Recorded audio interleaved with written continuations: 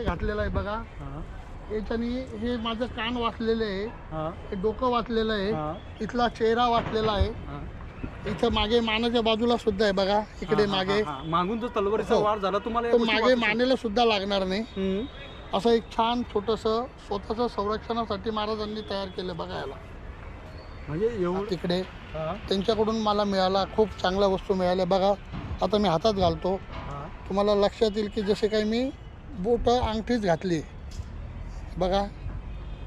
ही छत्रपती संभाजी महाराजांनी छत्रपती शिवाजी महाराजांनी वापरलेली बघा. किती सुंदर अंगठी आपण घालतो त्या पद्धतीने. त्याच्यात बारूद संपली आहे तर करायचं काय, काही काळजी नाही करायची, हातात धरायचं आणि युद्ध करायचं. इथे ही जी परशु दिसती त्याच्याने शत्रूला मारायचं. त्याला आपण मित्रांनो जय शिवराय. आज आपण आलोय मोशी गावात. तर मित्रांनो 16 ते 17 या कालावधीत शस्त्र प्रदर्शन आयोजित करण्यात आले आहे आपल्या या मोशी गावात. स्थानिक नगरसेवक वसंतदादा बोराटे यांनी हे आयोजन केलेले, तर विनामूल्य. तर तुम्ही बघू शकता माझ्या मागं हे पूर्ण शस्त्र प्रदर्शन इथं आयोजित केलेले आहे. तर बरीचशी गर्दी सायंकाळी होते, सध्या उन्हाचे दिवस आहेत म्हणून. तर मित्रांनो 2 दिवस आपल्याला लाभ घेता येईल. तर शाळेतील काही विद्यार्थी दिसत आहेत आणि काही इथं आपण म्हणू शकतो की आपले गाईड पण आहेत, त्यांच्याकडून थोडी माहिती घेणार आहेत आपण. आणि आपल्या चॅनलला कोणी नवीन असाल तर चॅनलला सबस्क्राईब करा. तर मित्रांनो व्हिडिओ कुठं स्किप न करता व्हिडिओ कंटिन्यू बघा. तुम्हाला मी पूर्ण माहिती देणार जेवढं शक्य तेवढं शिवकालीन शस्त्र प्रदर्शन. तर मित्रांनो हे कधीच कुठं बघायला आपल्याला मिळत नाही, यातली फारशी कमी माहिती आहे. तर इथं त्यांनी स्टिकर पण लावलेले आहेत, पण बघू. तर स्थानिक गाईड आहेत त्यांना आपण भेटू आणि पूर्ण माहिती घेऊ.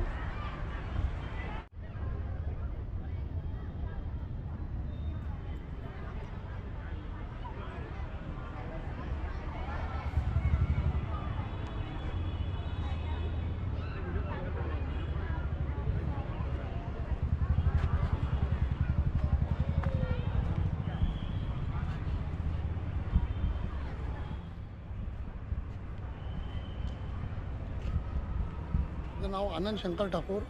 माझा श्रीराम शिवकालीन मर्दानी खेळ आखाडा माझ्या आखाड्याचं नाव आहे. मी नाशिकला पंचवटीमध्ये असतो. इथे आपल्याला मोशीला आपले नगरसेवक आहे, त्यांनी बोलवलं. त्याच्यावर आमचा एक भाचा आहे. हे सगळे त्यांचं जे मंडळ आहे ते खूप छान काम करतं. मग आमचा एकदा विषय झाला होता की आपल्याला प्रदर्शन लावायचं. मग ते म्हणे तुम्ही काम कराल का? म्हटलं हो. तर मग आम्ही काल सकाळी आलेलो आहे. कालपासून इतकी गर्दी आहे. आपण त्याच्यामध्ये शिवकालीन शस्त्र लावलेले आहे. त्याच्यामध्ये हैदराबाद जे निजाम आहे त्यांच्याकडची जी तोफ आहे ती लावलेली आहे. त्याच्यानंतर महाराजांच्या बाजूला दुसरी तोफ लावली आहे, ती उंटावर ठेवली जाते, 70 नाळ म्हणतात, ती आहे. आता मी तुम्हाला माझ्याकडच्या काही सुंदर सुंदर वस्तू आहे, तुम्हाला यासमोर मी तुम्हाला एक एक वस्तू दाखवतो. तुम्हाला सगळे ते शस्त्राची एक एक माहिती सांगतो. बघा आपल्यासमोर इथे आता मुघल तलवार ठेवली आहे बघा. सुंदर बारीक आणि छान पितळी मूठ आहे, लोखंडी मूठ आहे. या थोडं पुढे या.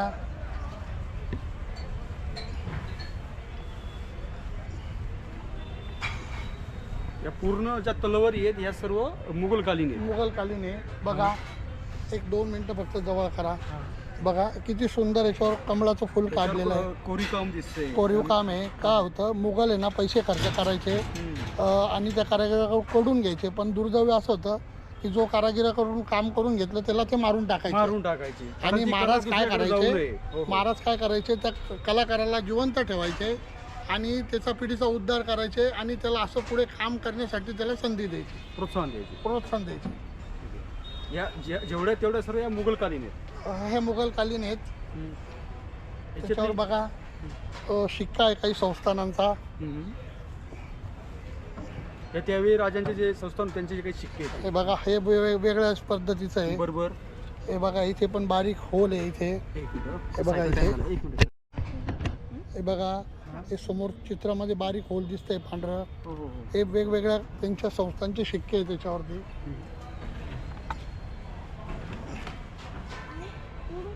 याच्यावर सर कर्नाटकी तलवार ही काय? ही फिरंगी म्हणतो आपण. कर्नाटकात लोक जास्ती वापरायचे. कर्नाटकले. हो, कर्नाटक मधले. ही आपली मराठा तलवार लागली आता आपल्या समोर. ही मराठा तलवार. इथून स्टार्ट कुठपर्यंत ही दाखवतो तुम्हाला. मी त्याचे एक एक हे सांगतो बघा. ही आपल्याला तुटलेली पण मिळाली. ही तुटलेली पण तेवढीच महत्त्वाची आहे, कारण तिने असंख्य युद्ध करून असंख्य सैनिक बघितलेले, मारलेले. बरोबर. आणि ती खूप मौल्यवान आहे, त्याच्यासाठी ती पण आपण घेतलेली. हो. आपल्या मराठा तलवार. मराठा तलवार त्या कर्नाटकी मग अशी काय पाहिल्या बघा. याच्यावर सुंदर असं चांदीचं काम होतं. हे बघा, हे पांढरं पांढरं दिसतंय, चांदीचं काम आहे बघा. इथे छान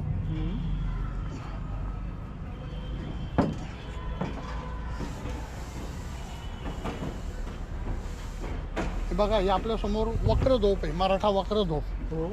ही बघा, महाराजांनी काय केलं, हिला थोडंसं मध्ये आकार दिला चंद्रासारखा. इथे बघा कोपऱ्यामध्ये, तिला आपण वक्रधोप म्हणतो. वक्रधोप ही मराठा तलवारीतला हा वेगळा एक दुसरा प्रकार आहे. दुसरा प्रकार म्हणजे मराठा तलवारीत एक तलवार नव्हती, त्याच्यामध्ये बरेच प्रकार होते. हो. या सर्व त्याच्यामध्येच मोडतात सर. हो. यांचा हा हँडल आहे पकडायचा की हा मजबूत राहावा, हात मजबूत राहावा, की जेणेकरून किंवा हाताला समोरच्याची तलवार लागू नये म्हणून त्यांनी तेवढी मूठ दिलेली. मूठ दिलेली आहे. मूठ त्याच्यासाठी दिली की आपल्या सैनिकांचे बोट जे छाटले जायचे, बरोबर, आपल्या बोटांना इजा व्हायच्या, त्या इजा न हो म्हणून महाराजांनी याला परत तयार केलं. इथे मागे शेमी तयार केली. या मराठा ज्या तलवार त्यातला हा दुसरा प्रकार. हा तिसरा प्रकार त्याच्यापैकी थोडा मोठा दिसतोय बघा. ही पूर्ण 4 फूट आहे. अरे ही बघा, ही सुंदर अशी ज्या इंग्रज यांच्या कंपनीकडून यायचे, त्या कंपनीचं नाव सुद्धा आहे याच्यावरती. ही जवळजवळ 4 फूट आहे. ही पूर्ण 4 फूट आहे. इंग्रज कुठं नाव लिहिले यांनी? हे बघा, इंग्लिशमध्ये नाव आहे बघा त्या कंपनीचं. थोडंसं कालांतराचं नाव थोडंसं तिथं घासलं गेलं म्हणून दिसत नाही व्यवस्थित. नाही, पुसलं की व्यवस्थित दिसतं सर. हा, दिसतं का? हो बघा, इथे दिसतं बघा. हा हा. इथे छान नाव आहे त्याचं कंपनीचं. ज्या कंपनीकडून पान यायचं आपल्याला महाराष्ट्रात, हा, त्याचं नाव आहे बघा. इथेच्या शेजारी अजून एक छान तलवार आहे धूपमधली. बघा किती स्वच्छ आणि मस्त आहे बघा. या तलवार थोडा हॉलिवूडमध्ये पाहिलेले आहेत काही बघा. राजांकडे. हो. ही थोडी बनावट बाहेरची दिसते. नाही, ही बनार आपली मुल्लेरला बनवली गेलेली आहे. मुल्लेरची आहे का? मुल्लेरी मूठ आहे, याला आपण मराठा धोप पण म्हणतो. याचं पान फक्त आपण विदेशातून मागवलं विदेशातून होतं. आणलेले दिसते ते. बघा, आपल्या समोर 1818 मधला जो इंग्रज अधिकारी होता, त्याचं इथं नाव आहे. याच्यावरती बघा, इथे तसं सुंदर नाव आहे.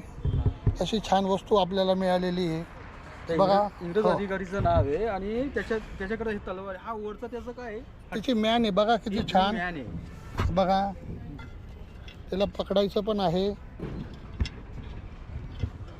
बघा. अजून एक छान वस्तू आहे आपल्याकडे. ती कोणाचकडे नाही, ती माझ्याकडे आहे. याला काय कुऱ्हाडी बंदूक? कुऱ्हाडी बंदूक म्हणतो. हे बघा,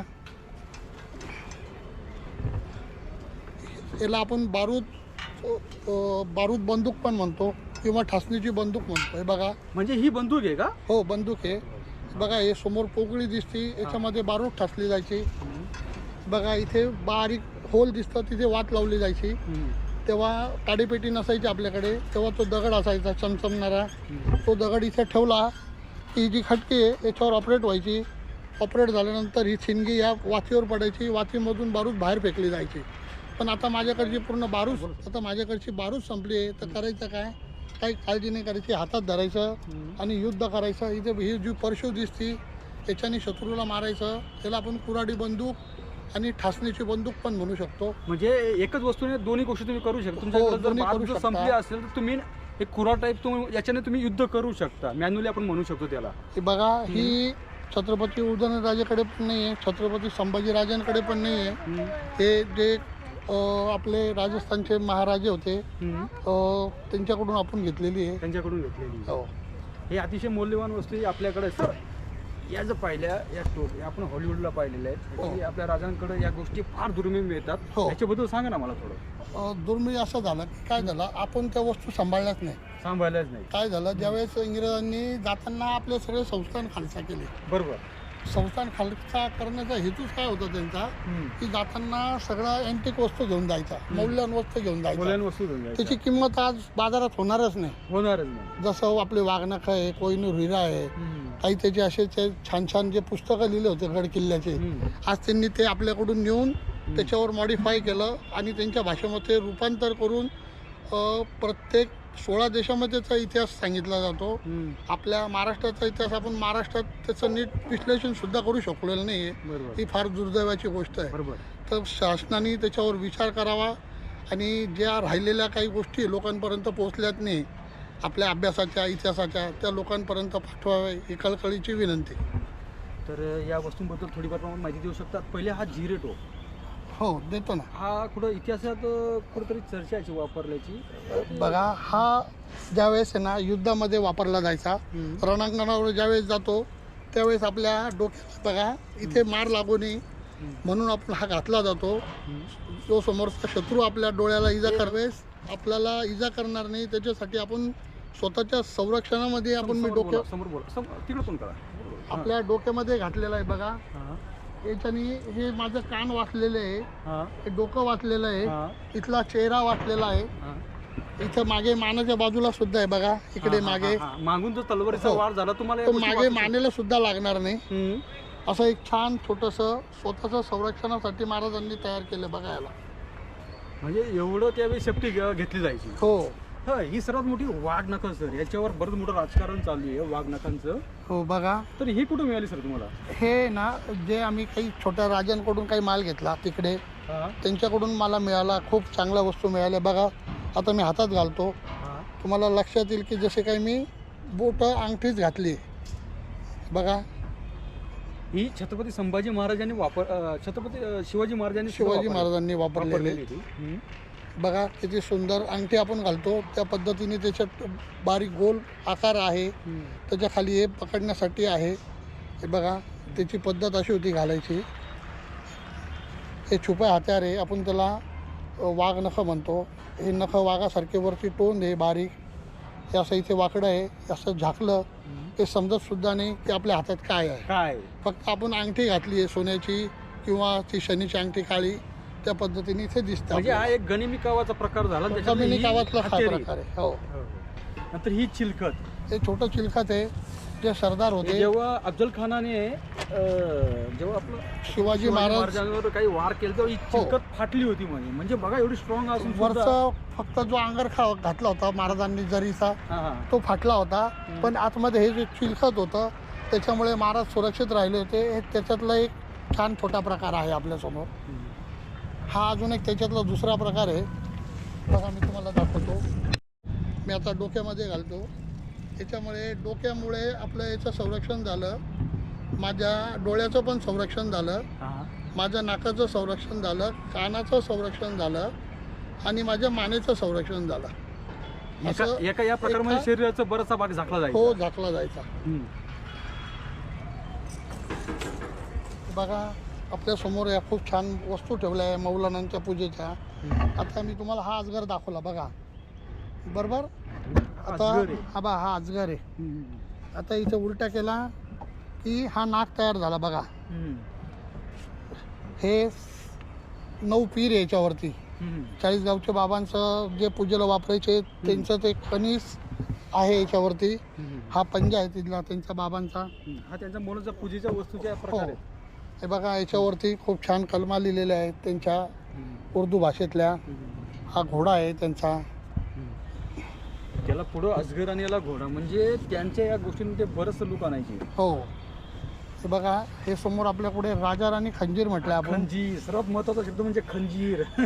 बघा जो वापरला जातो खंजीर खुसपला तर हा तो खंजीर असेल, बरोबर. हो बरोबर. बघा किती छान आहे. त्या खंजीराला पाय बनवले, ते पायातले तोडे पण टाकलेले. खाली 1 2 3 4 5 गोल गोल वेटुळे बनवले. ज्यावेळेस आपण शत्रूला मागून आला आपल्याला मारायला, आपण ज्यावेळेस मागे वार करतो तो मागे वार परस्पर आपण त्याला परतू लावू शकतो. त्याच्या ढेरीमध्ये टाकलं तर ढेरीला लागल, इकडून मारलं तर असं समोर वार होईल, इकडून मारलं तर इकडे वार होईल आणि समोर खुपसला तर पोटात जाईल. असं एक वस्तू 5 प्रकारचे काम करते. त्याला खंजीर म्हणतो आपण.